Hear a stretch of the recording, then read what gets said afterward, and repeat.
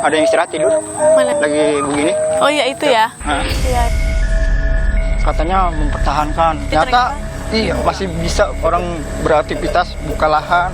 Jangan sampai si lutung Jawa ini hilang dari Muara Gembong. Ada kan mereka yang datang jauh dari dari benua Eropa sana datang ke sini. Peduli gitu. Tahu tentang wajah anak saya yang nyatakan orang sini nggak peduli.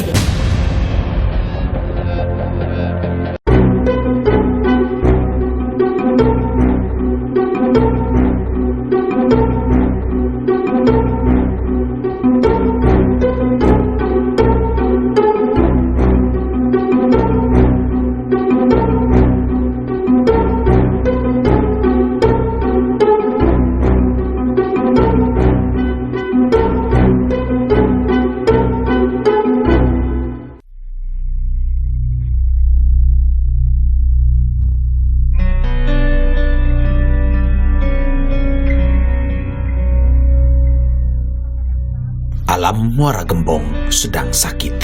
Wilayah di pesisir utara Kabupaten Bekasi, Jawa Barat ini menghadapi kerusakan karena abrasi. Keberadaan hutan mangrove semakin menyusut, tergerus tambak. Tim Berkas Kompas menyusuri kecamatan yang berjarak 50 kilometeran dari pusat Kabupaten Bekasi ini. Sebagian wilayahnya hanya bisa diakses menggunakan perahu motor.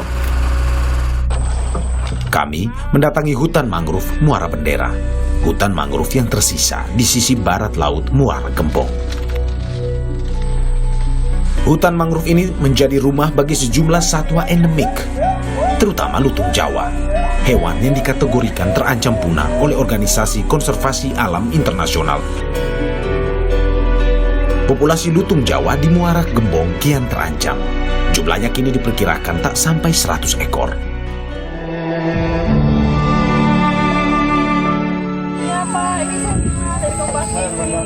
Beruntung, jauh di dalam hutan mangrove Muara Bendera, ada orang yang sangat peduli terhadap keberadaan lutung Jawa. Adalah Daman, warga asli Muara Gembong yang selama 12 tahun hidup menyendiri di hutan mangrove, menjaga habitat lutung Jawa. Kenapa Bapak sebegitu maunya? Awalnya kenapa Pak?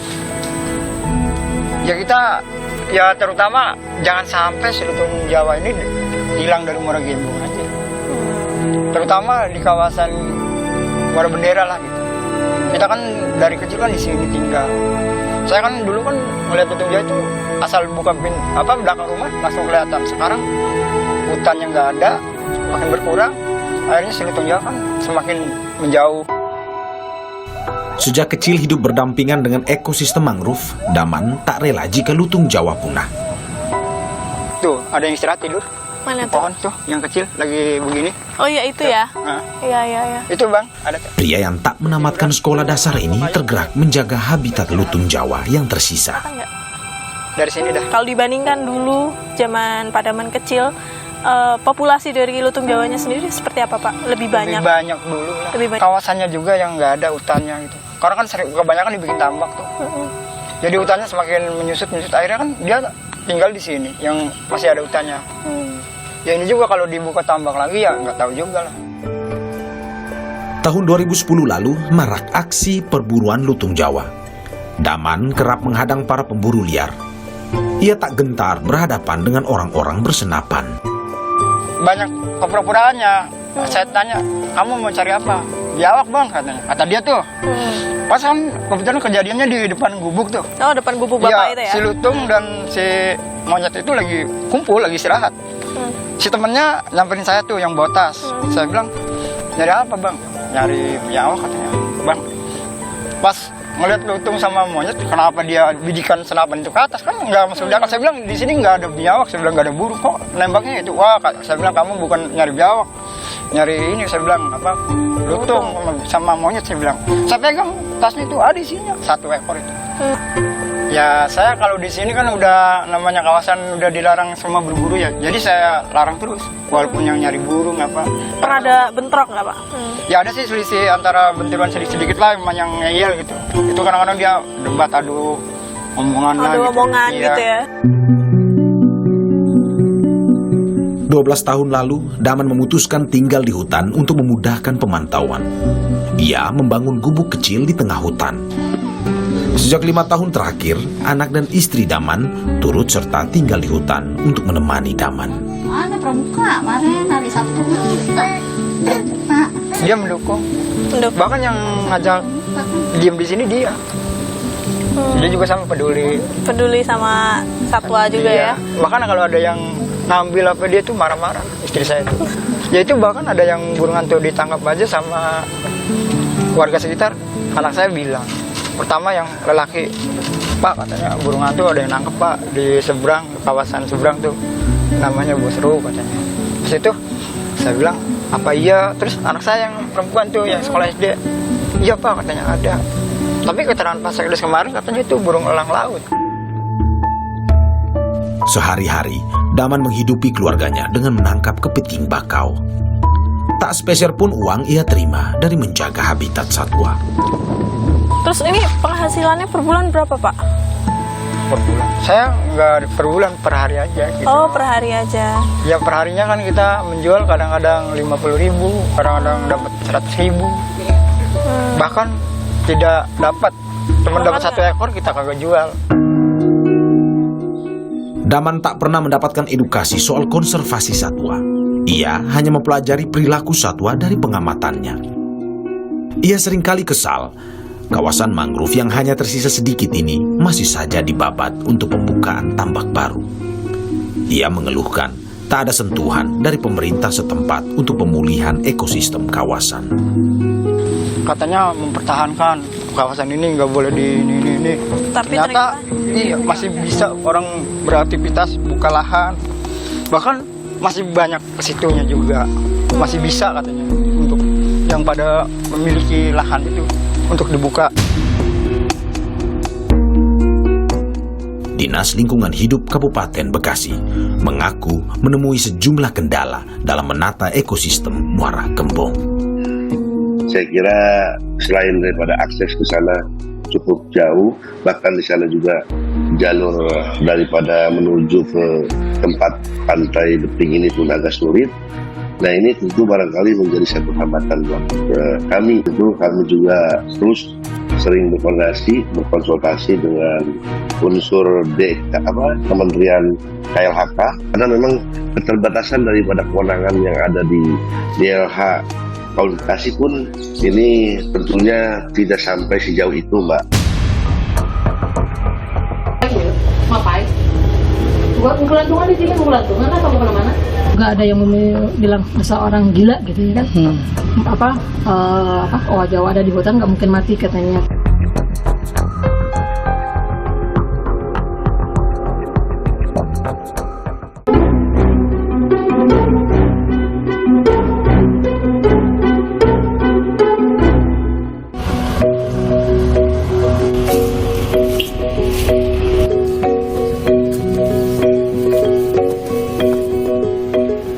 Tini Kasmawati lincah menyusuri jalan setapak hutan Lengkong, Kabupaten Sukabumi, Jawa Barat. Dengan penglihatan yang kabur, Tini mengandalkan tongkat dan ingatannya dalam menentukan arah. 5 tahun. Katarak merenggut penglihatan wanita 50 tahun ini sejak 6 tahun lalu. Beruntung, ada orang baik yang memberinya sebuah tongkat trekking untuk membantunya berjalan. Perjalanan Tini menembus hutan Lengkong bukan tanpa alasan. Sudah 8 tahun, ia rutin keluar masuk hutan untuk menemui sahabat-sahabatnya, Owa Jawa. Ada toh? Jawab makan yuk. Ini adalah salah satu Owa Jawa yang jadi sahabat Tini, yang ia namai Naruto. Sehari-hari, Naruto hidup berkelompok dengan keluarga kecilnya. Ada Abah, Emak, Takeshi, dan Arasi. Pintar, pintar. Siapa lagi yang mau? Perkenalan pertamanya dengan primata endemik Pulau Jawa ini tak disengaja.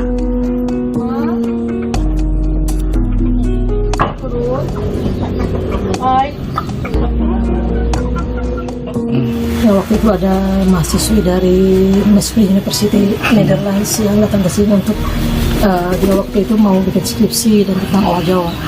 Dari situ saya ngantar dia selama beberapa hari di hutan, dan selama di hutan itu saya bertanya kenapa owa Jawa ini dijadikan sebagai itu bahan skripsi, apa istimewanya owa Jawa itu, saya bertanya.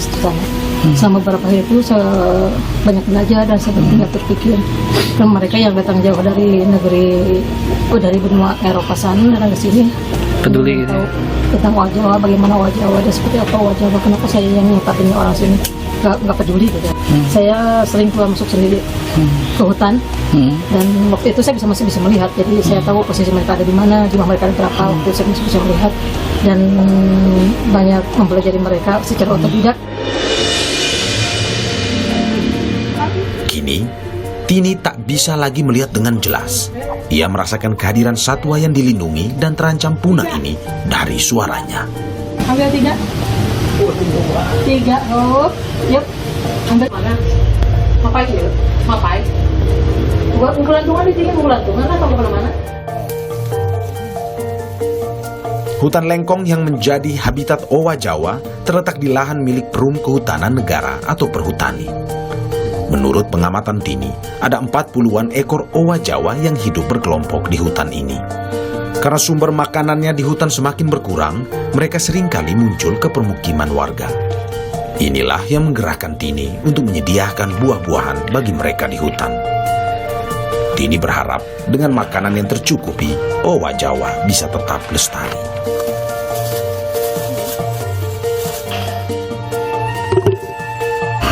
Ini binatangnya sangat spesial menurut saya sendiri, selain habitat mereka tinggal sedikit ya. Dan habitat terbesar ada di wilayah Lengkong. Di Indonesia. Mereka disebut binatang setia itu karena mereka binatang spesial itu karena mereka tidak menikah dengan saudara sendiri, jadi kecenderungan untuk berkembang biak lebih cepat itu sulit. Setiap masuk hutan, Tini sedikitnya membawa 10 kg buah untuk Naruto dan kawan-kawan. Saya peduli dengan mereka, saya merasa iba juga dengan mereka. Mereka tinggal di sini, sementara di dalam mahoni ini memang ada pohon sempur ya, sama pohon kiara. Cuman kalau hanya segitu aja, sehari aja satu pohon itu bisa habis oleh mereka berlima. Naruto, apa?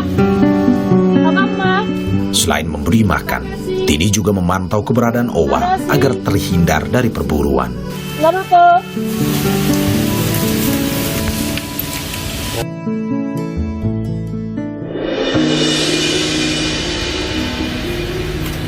Tini bukanlah orang yang berlebih harta. Kegiatannya menjaga owa Jawa dilakukan secara swadaya. Sehari-hari, ia membuka warung kopi di sebuah bangunan non-permanen yang ia sewa di pinggir hutan. Jaraknya sekitar 2 km dari habitat owa Jawa. Di sini pula ia tinggal seorang diri. Penghasilan Tini berjualan kopi tak tentu setiap hari. Rata-rata Rp30.000, tapi tak jarang pula hanya mengantongi Rp3.000. Meski demikian, Tini selalu menyisihkan penghasilannya untuk membeli buah bagi owa. Jika sedang tak ada uang, Tini bersiasat. Saya jalankan untuk beli makan owa Jawa, untuk makan saya sendiri ya. Sering saya nggak makan. Terus kalau untuk mereka, saya mengunjungi mereka sini, biasanya saya door to door ke rumah tetangga atau rumah temen yang saya tahu di rumahnya ada pohon pepaya. Jadi saya boleh ambil seberapa banyaknya ada, mereka boleh ambil secara gratis. Dan saya bawa sendiri ke sini dengan dipikul. Dukanya juga ada yang bilang dasar orang gila gitu ya kan. Owa Jawa ada di hutan nggak mungkin mati katanya. Tini tak gentar. Ia banyak belajar seiring waktu. Salah satunya bagaimana memperlakukan owa agar mereka tak kehilangan sifat alamiahnya. Naruto, Akashi, Arashi. Ia perlahan melepas kebiasaan memberi makan setiap hari agar owa tak bergantung padanya. Satu hari ibu mengeluarkan uang untuk membeli pisang 10 Kalau kilo. saya beli di warung itu 5.000 per kilo. Pada Jumat saya datang ke sini untuk bertemu dengan mereka dan mengecek jumlahnya dan memberikan mereka makan. Tini juga perlahan memberikan pemahaman kepada warga yang tinggal di sekitar hutan untuk turut menjaga owa Jawa. Bahwa apa yang saya lakukan ini bukan hanya untuk kepentingan saya, tapi untuk kepentingan demi terlindungi ya satwa atau primata langka Indonesia yang saat ini mungkin hanya di Jawa Barat adanya ya. Cita-cita saya ingin memiliki lahan konservasi yang tadi tempat saya ngasih makan itu. Nah itu yang saya cita-citakan bisa saya miliki. Saya tanami buah-buahan. Mungkin setelah buah-buahan yang saya tanami produksi itu saya nggak lagi harus datang ke sini memberikan mereka makan. Paling sekedar mungkin datang ke sini sekedar mengontrol mereka apakah mereka tetap dengan populasi yang aman. Balai Besar Konservasi Sumber Daya Alam Jawa Barat.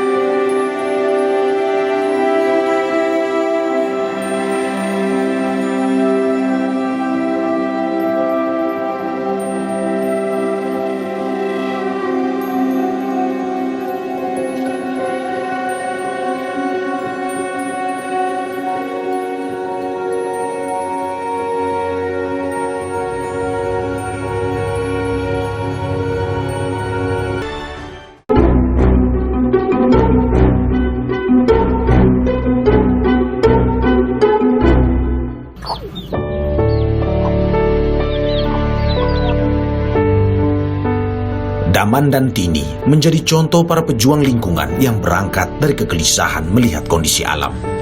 Kekosongan peran negara menumbuhkan tekad mereka untuk menjaga alam secara swadaya.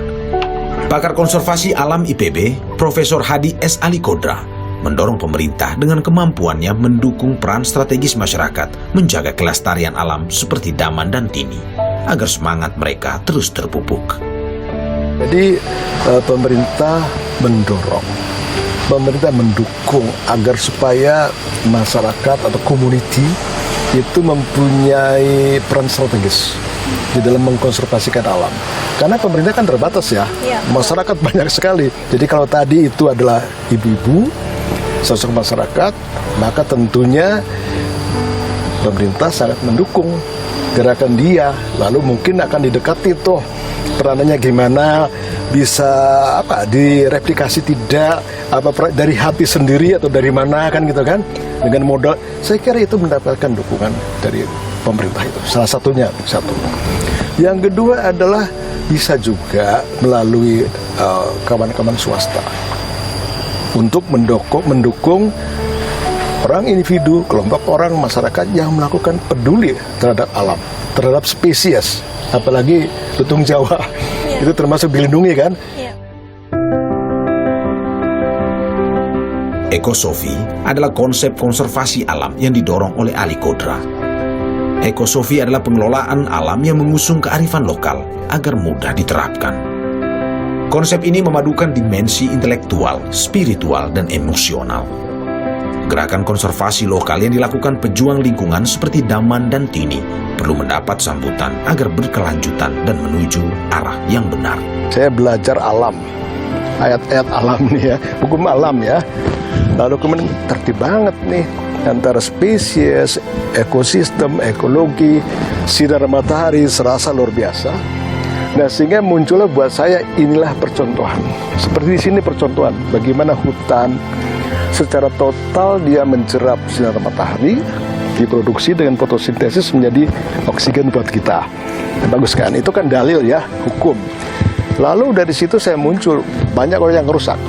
Hutan rusak, nebang pohon, berburu satwa liar. Akhirnya ini orang ini jangan-jangan nggak paham. Nggak paham terhadap dua pokok, yaitu yang saya sebut ayat-ayat yang ada di alam dan ayat-ayat kalau agama Islam di Al-Quran. Kalau kita gabungkan, itulah sifat manusia, itulah ekosofi. Bagaimana kita merombak diri agar supaya menyesuaikan dengan dalil alam.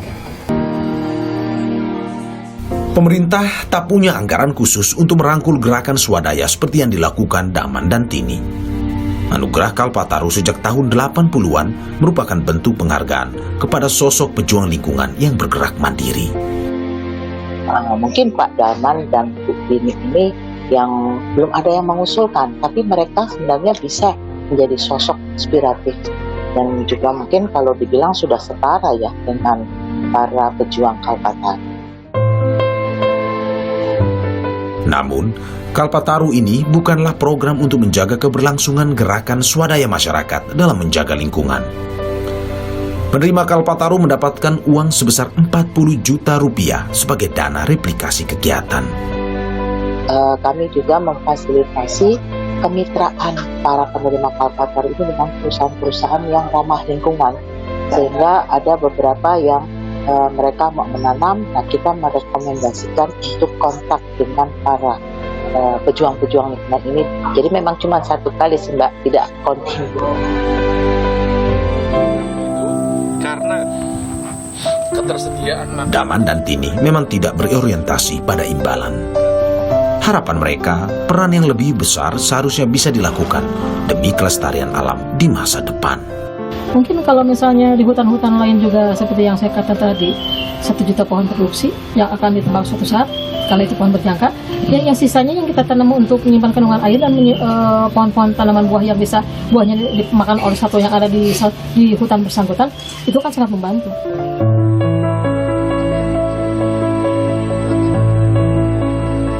Janganlah udah sekarang mah karena wisata udah dilindungi. Ya jaga populasi mereka lah. Kalau bukan kita siapa lagi yang menjaga populasi mereka?